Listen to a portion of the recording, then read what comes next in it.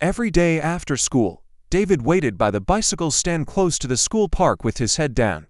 He knew what was coming, same footsteps, same laugh, same shove. Ahmed was taller, louder, and always surrounded by people. He called David Professor because David liked books more than football. The nickname followed him through the halls like a bruise that never faded. When Ahmed get home, is being scolded by his dad, and no one comes to his rescue. He saw David's dad cheering him up one day after school. When he finished bullying David, he had his dad's word, "Do not make the hate or bully turn your life backwards." That was he saw change a bit, until a final blow. One rainy afternoon, things changed. David slipped on the wet stairs, his bag spilling open, notebooks floating in muddy water.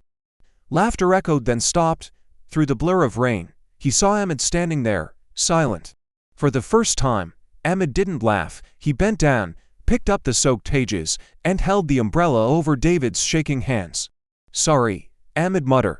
One word, heavy and awkward, like it had never been used before. The next days were strange. No teasing, no pushing.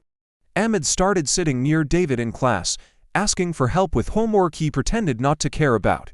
Slowly, conversations replaced insults. David learned Ahmed's father had left, that anger had been easier than sadness. Months passed. On sports day, when someone mocked David in front of everyone, Ahmed stepped in. "Say that again," he said, calm but firm. The crowd went quiet. David realized something then: bullies aren't born cruel. Sometimes they're just hurting, and waiting for someone to see it.